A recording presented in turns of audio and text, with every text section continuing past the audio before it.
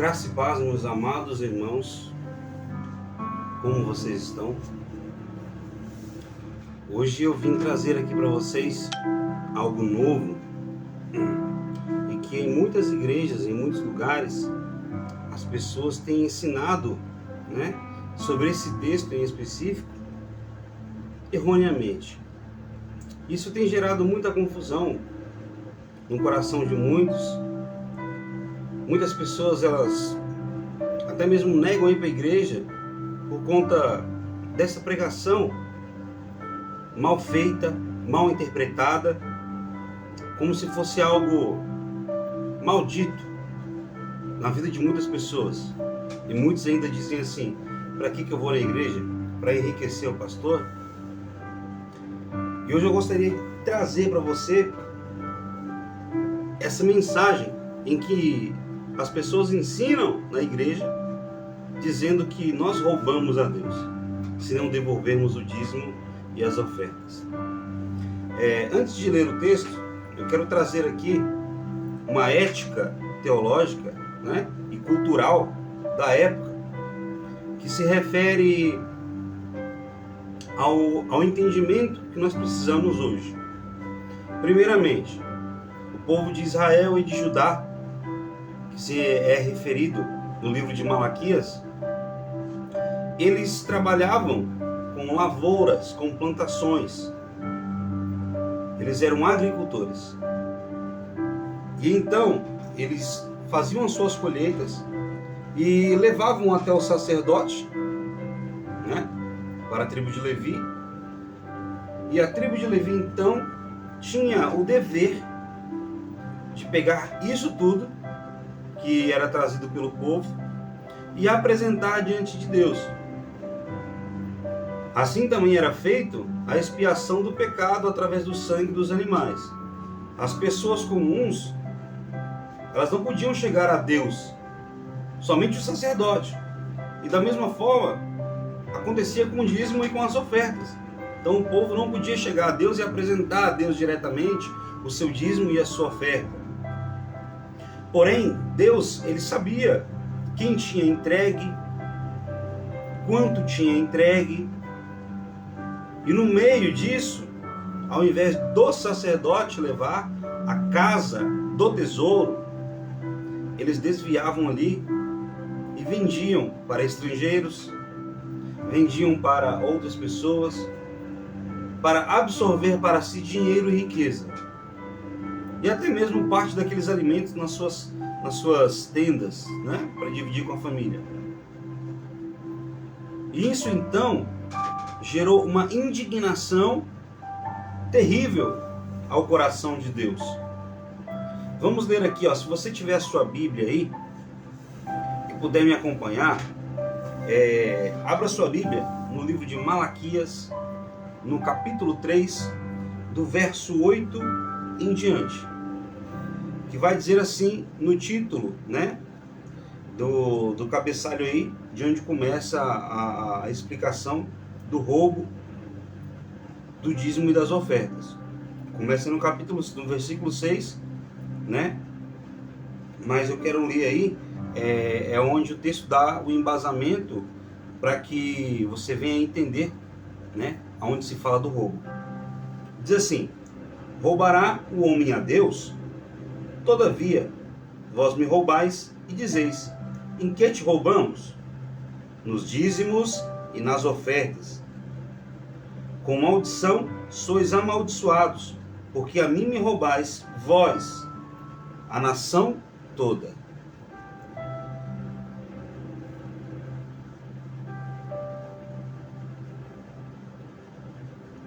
Agora o verso 10 diz assim: trazei todos os dízimos à casa do tesouro, para que haja mantimento na minha casa. E provai-me nisso, diz o Senhor dos Exércitos, se eu não vos abrir a janela dos céus e não derramar sobre vós bênção sem medida, por vossa causa repreenderei o devorador, para que não vos consuma o fruto da terra, e a vossa vide no campo não será estéril, diz o Senhor dos Exércitos. Todas as nações vos chamarão felizes, porque vós sereis uma terra deleitosa, diz o Senhor dos Exércitos. Meus irmãos, nós podemos vir aqui, né? Eu li um pouquinho a mais, e na verdade eu queria ler o verso 8 e o verso 9, para você ter um entendimento. Mas eu li um pouquinho a mais para ficar melhor de entender. Todavia, roubará o homem a Deus? Que homem é esse? Quando Deus se refere a homem aqui, né, ele se refere a nós como pecador. Não literal homem, o corpo, mas o pecador, aquele que é homem, que é humano, que não tem poder. Por isso ele chama, roubará o homem a Deus? Ou seja, Deus compara quem é o homem diante de Deus para que me roube. Deus ele faz uma comparação entre o homem e ele. Ou seja, que poder tenho eu para absorver para mim aquilo que é de Deus? Você consegue entender?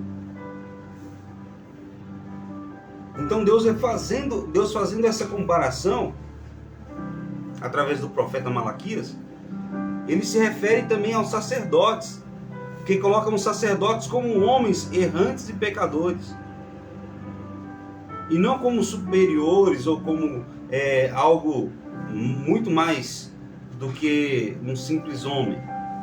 Ele também se refere a isso nessa questão textual aqui.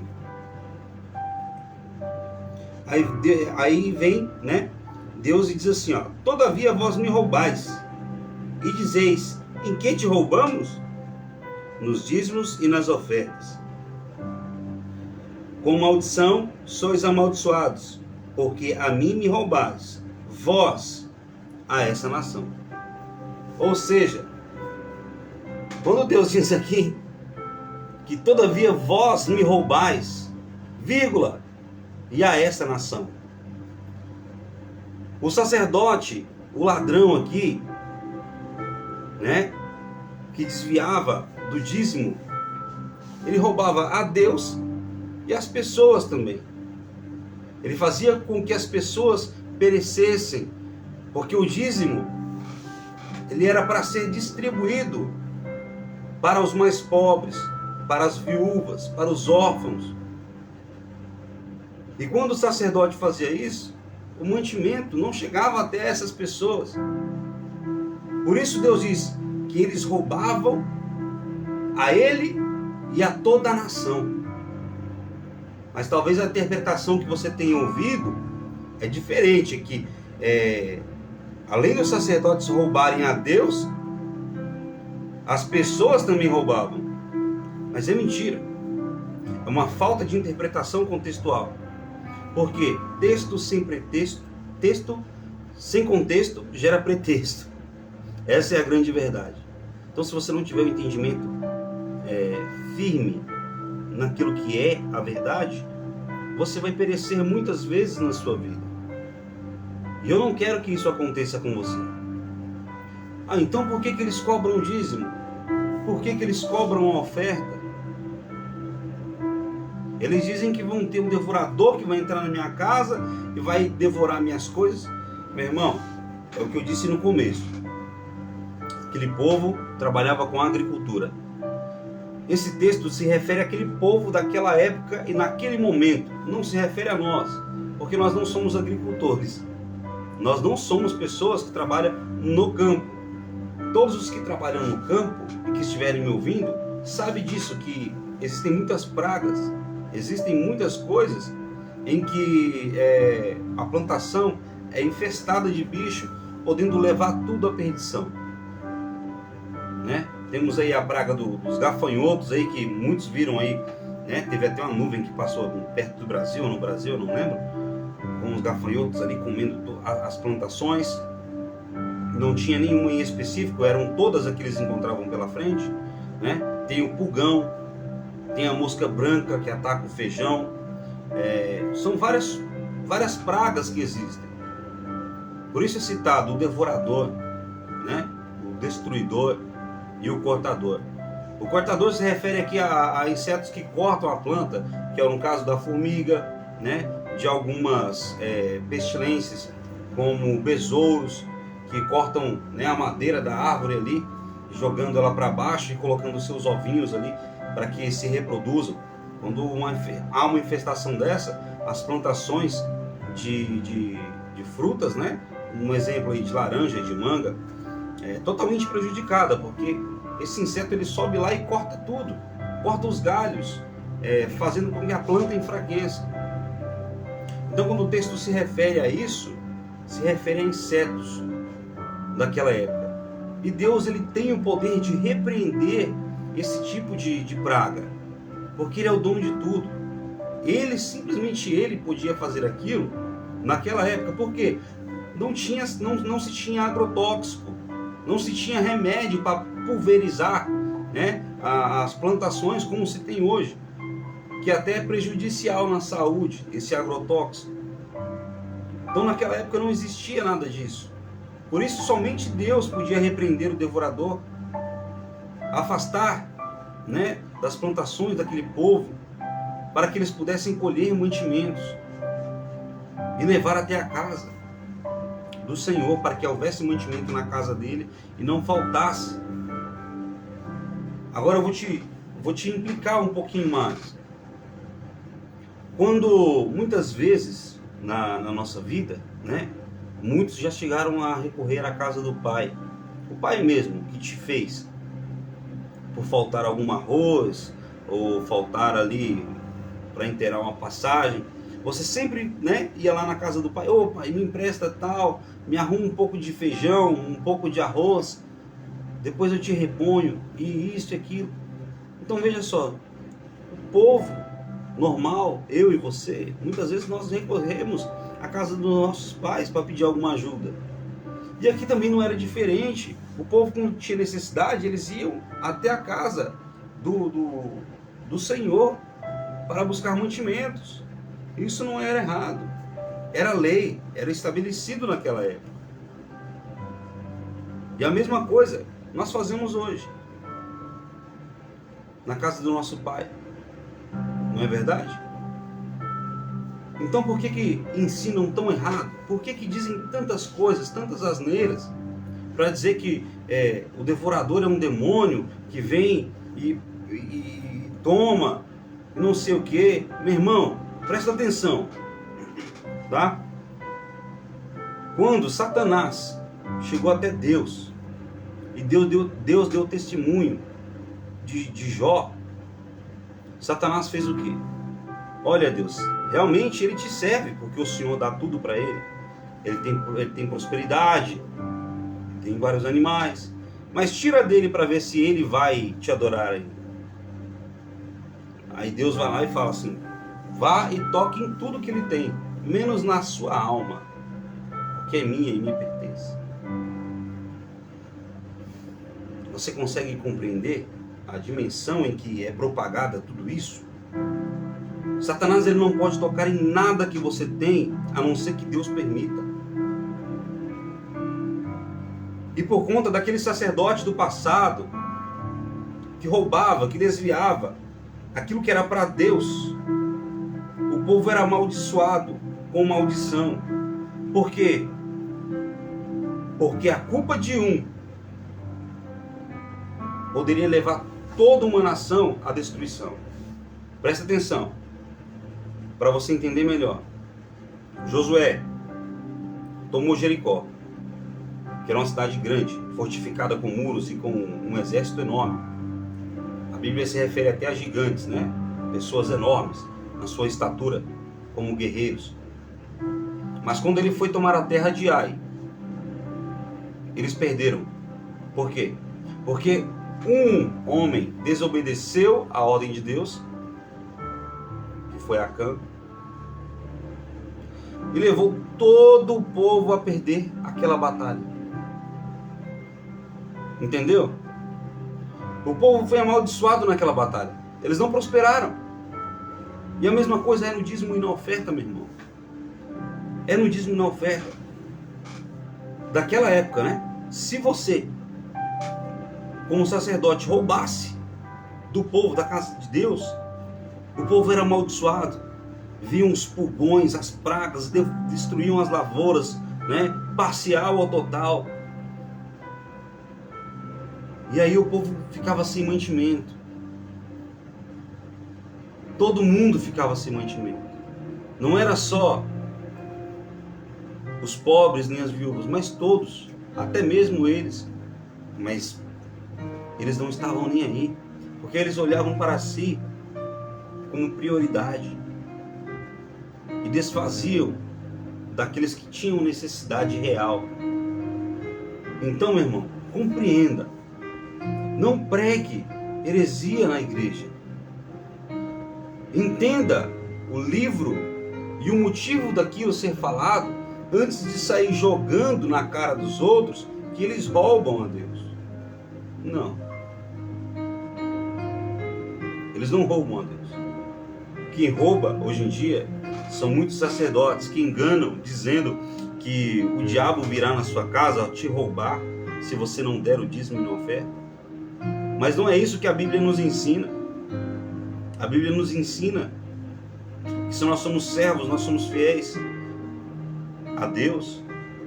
Para que o diabo possa nos tocar, é necessário o próprio Deus permitir. Porque senão ele não nos toca.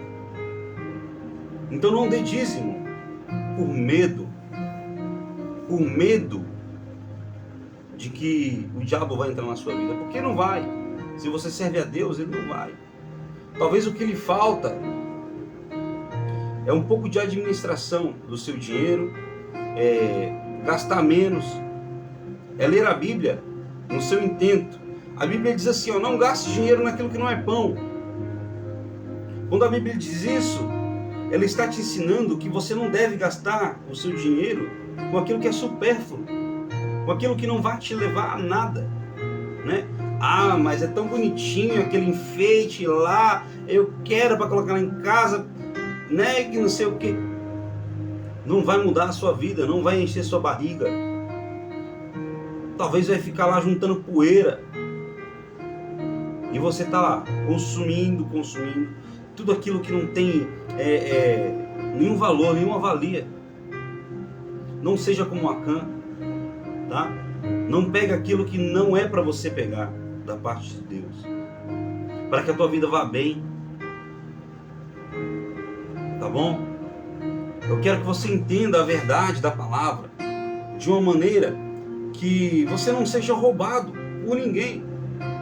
Ah, irmão, então você está ensinando a não dar dízimo? É isso que você quer falar?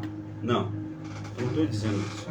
A Bíblia não me diz que eu não devo dar dízimo, mas também não diz que eu sou obrigado a dá-lo. Não diz. A Bíblia vai dizer no Novo Testamento que cada um dê segundo aquilo que Deus propôs no seu coração. É Deus quem coloca no seu coração, meu irmão, a vontade de dizimar e de ofertar, conforme aquilo que Ele mesmo estabelece em você.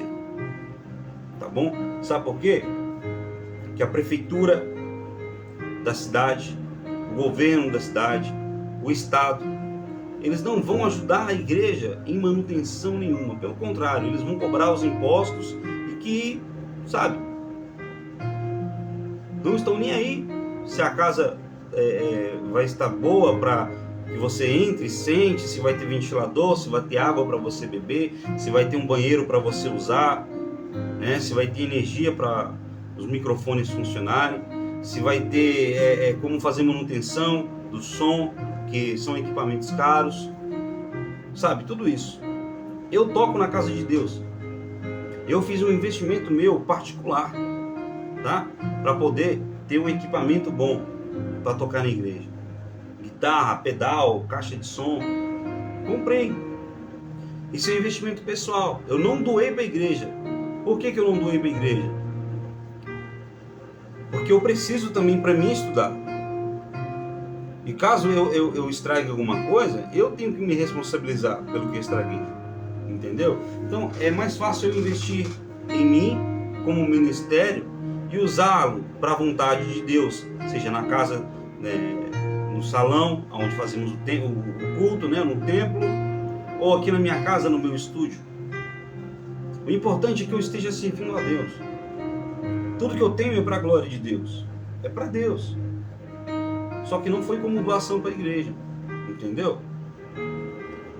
No entanto, as pessoas elas querem te oprimir, te lançar palavras de maldição, tais como esta do devorador, do destruidor, e que as suas finanças não vão bem se você não der o seu dízimo e o seu salário. Meu irmão, a Bíblia nos dá um entender muito, muito interessante. Está no livro de Salmos, eu esqueci qual é o número do Salmo, mas diz bem assim: não vos indigneis por causa dos ricos, por causa dos malfeitores, por causa daqueles que têm muito e tudo mais. Ou seja, as pessoas do mundo, tem muitas pessoas aí que têm uma prosperidade financeira excelente, maravilhosa, que você olha assim, dá até inveja se você não tomar cuidado. Como que aquela pessoa tem tudo isso? Como que aquela pessoa conseguiu juntar tanto dinheiro assim? Que prosperidade financeira é essa? Sabe o que é isso? É uma boa administração. É um bom entendimento daquilo que eu vou gastar, daquilo que eu vou investir. Isso traz uma prosperidade financeira. Você não precisa dar o dízimo para que sua prosperidade financeira aconteça. Deus te deu inteligência, te capacitou para isso. Sabe qual é o nosso problema? Nosso problema é jogar nas costas de Deus as nossas culpas. Porque um problema financeiro muitas vezes é culpa nossa, não é culpa de Deus. Porque não administramos aquilo que temos. Sabe? E aí queremos jogar a culpa em Deus, na Bíblia. Dizer, é porque fulano não deu oferta, é porque fulano não fez isso, é porque tal coisa acontece na vida dele, ele está em maldição. Meu irmão, você tem um pensamento retrógrado, ridículo, se você pensa assim. Você está totalmente fora do contexto daquilo que a Bíblia diz. Você está totalmente por fora. Eu quero ler aqui com você um estudo que eu tenho, em Malaquias ainda, para mais compreensão do teu entendimento. Que diz assim: o filho honra o pai, e o servo ao seu senhor. Se eu sou pai, onde está a minha honra? E se eu sou o Senhor, aonde está o meu temor? Diz o Senhor dos Exércitos a vós, sacerdotes, que desprezais o meu nome, e vós dizeis: em que nós desprezamos o teu nome? Malaquias, capítulo 1, verso 6. Esse texto é claro em demonstrar a desídia, do sacerdote, que não estavam temendo a Deus e nem honrando conforme aquilo que Deus tinha estabelecido, Alguns deles não temiam mais a Deus. E no texto seguinte aqui, a partir do verso 7, mostra que esses sacerdotes estavam oferecendo sacrifícios imundos, como por exemplo, pão sujo, animais defeituosos, algo contrário ao que determinava a lei. O capítulo 1 mostra, mostra sem dúvida nenhuma que a indignação de Deus era contra os sacerdotes, pois eram somente eles que acendiam o fogo no altar. Malaquias 1:10 está escrito isso. Essa tarefa não foi envolvida para o povo de Israel e nem para o povo de Judá, que é o que o texto nos ensina.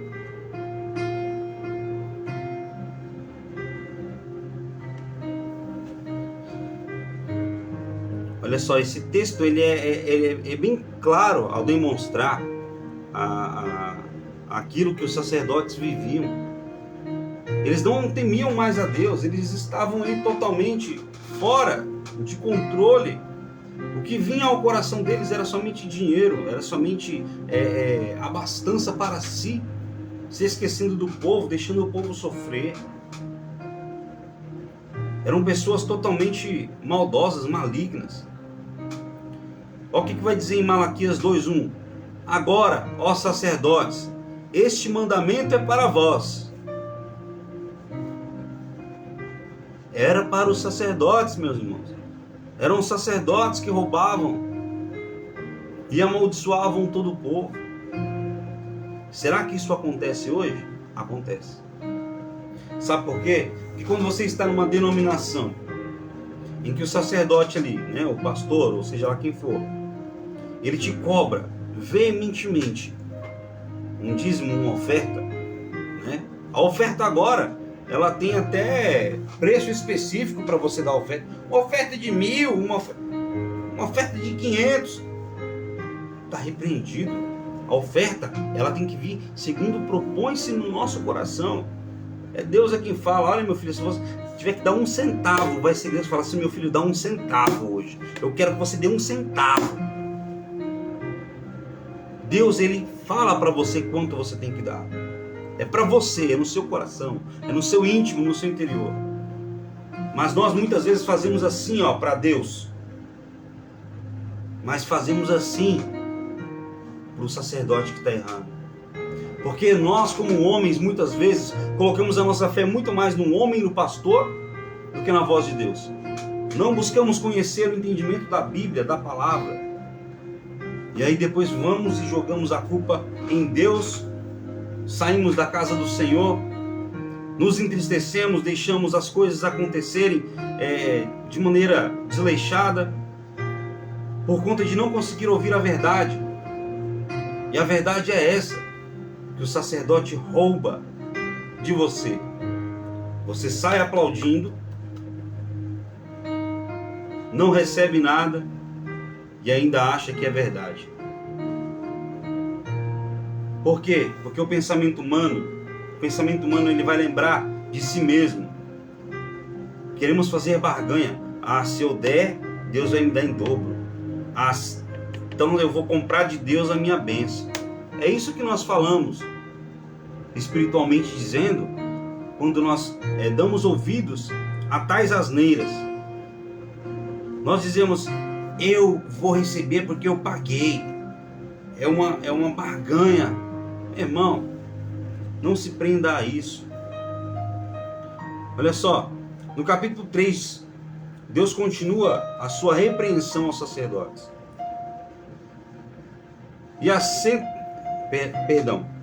E assentar-se-á como fundidor e purificador de prata, e purificará os filhos de Levi e os refinará como ouro e como prata. Então ao Senhor trarão oferta de justiça. Malaquias 3:3. Quem é que Deus vai purificar?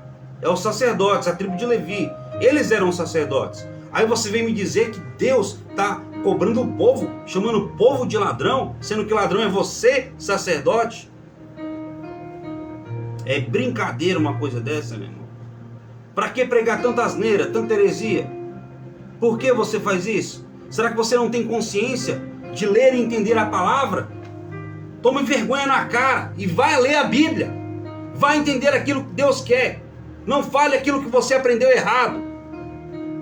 Seu sujo. Você está sendo sujo. Você não está sendo coerente com a verdade da Bíblia.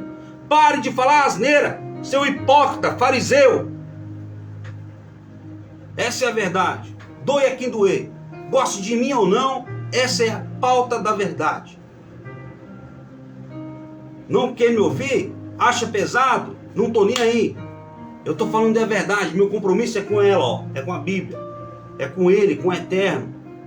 Eu não fiz curso de teologia, não estudei psicologia, não estudei hebraico para vir aqui falar um monte de asneira para você, não. Tá? O que eu falo com propriedade. Porque eu conheço a verdade. E ela deve ser pregada acima de qualquer coisa. Tá? Eu estou aí querendo me esforçar de alguma maneira para entender a língua original matriarca da Bíblia, né? Que são duas, que são o hebraico e o grego. Para quê? Para não ficar preso numa consciência maligna, distorcida, deturpada por sacerdotes imbecis que não falam e não têm compromisso com a verdade. Se você tem verdade no seu coração como sacerdote, comece a ser aquilo que Deus te chamou para ser. Largue de ser mentiroso. Mentiroso você está sendo. Hipócrita. Tá? Essa é a verdade. Calúnia é o que vocês fazem com o povo. Calúnia. Malaquias 3:3. Deus diz que vai refinar aquele povo, os filhos de Levi. Quem eram os filhos de Levi? Os sacerdotes que recebiam as ofertas e não apresentavam elas a Deus, e fazia com que o povo sofria maldição. Essa é a verdade. Se existe algum devorador aqui hoje, são os sacerdotes que te roubam, tá? Esses sim, são os verdadeiros devoradores que te roubam. Mas daquela época, era um gafanhoto sim. Não vem falar pra mim que é demônio não. Negócio de demônio, rapaz. Presta atenção. Que Bíblia você anda lendo? Que alimento que você tem comido? Quem é o seu pastor? Quem é a pessoa que tem derramado sobre você alguma coisa? Pare de inventar asneira. Não dê nada daquilo que Deus não propôs no seu coração. Ah, irmão, então eu tô livre, não preciso mais dar dízimo, não preciso dar mais oferta? Não, meu irmão. Você tem que ter um reconhecimento daquilo que Deus te dá. Se você tiver que dar o seu dízimo, dê. Se você tiver que dar a sua oferta, dê. Mas dê com alegria, por saber que você está, né, retribuindo ali na casa de Deus, aonde você vai para receber a palavra, aonde você vai para ser alimentado espiritualmente. Tá bom? Vá e dê com reconhecimento a Deus, não como barganha, como as pessoas dizem, porque isso é totalmente fora do contexto, fora da verdade. É algo maligno, é uma expressão, sabe, horrível diante de Deus. Não expresse o seu dízimo e a sua oferta como forma de barganha, meu irmão, porque Deus nem recebe.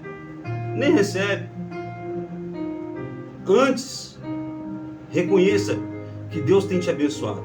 Reconheça que Ele é quem tem dado a você o seu sustento. E aí sim, as coisas vão começar a acontecer na sua vida. Tá bom? Eu espero que Deus derrame sobre você o entendimento financeiro que você necessita, para que você não venha passar necessidade, para que você não venha ficar no prejuízo, em nada, de maneira alguma, sabe? Não vamos deixar o inimigo tomar aquilo que temos. Malaquias 3:5. O que diz em Malaquias 3:5? Vamos ler? Diz assim, ó: chegar-me-ei a vós, outros, para juízo.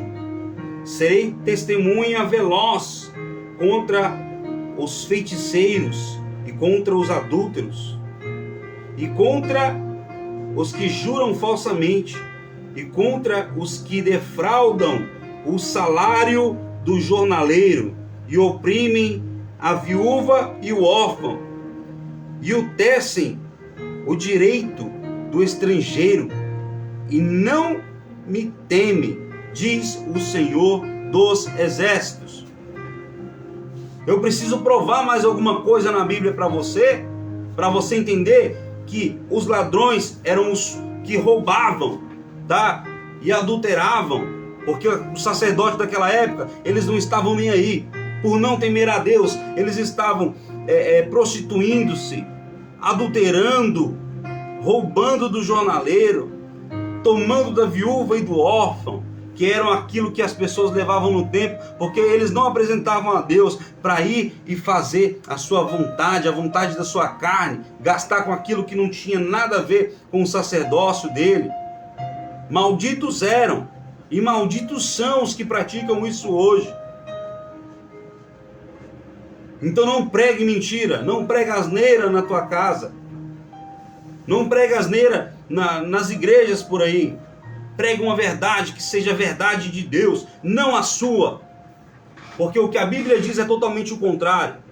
E você, meu irmão, tome vergonha na cara também e vá ler a Bíblia. Tá? Vá conhecer aquilo que Deus quer que você entenda. Para que você não venha ficar aí preso a essa malignidade do inferno. Por isso eu sou o que eu sou. Sou o que eu sou não como Deus disse, tá? Eu sou isso que você está vendo. Eu não preciso de pastor, nem de obreiro, nem de nada, para me dizer o que eu devo fazer, se eu tenho um instrumento chamado Bíblia Sagrada, e o entendimento que vem do Espírito. Lógico, eu devo respeitá-los, devo. Eles oram por mim, pagam preço por mim em oração, me ajudam quando eu necessito. Mas o maior entendimento é quando eu vou para a Bíblia, eu vou buscar o Espírito de Deus, vou buscar o conhecimento dentro da verdade da palavra, e não buscar um conhecimento humano, porque isso te traz doença na sua alma. Não vamos ser hipócritas. Chega. Entenda de uma vez por todas que você é livre para buscar a Deus e para entendê-lo. E eu espero que essa mensagem de hoje tenha aberto os vossos olhos, para que você não venha errar, não venha ficar aí preso a nada que é ruim.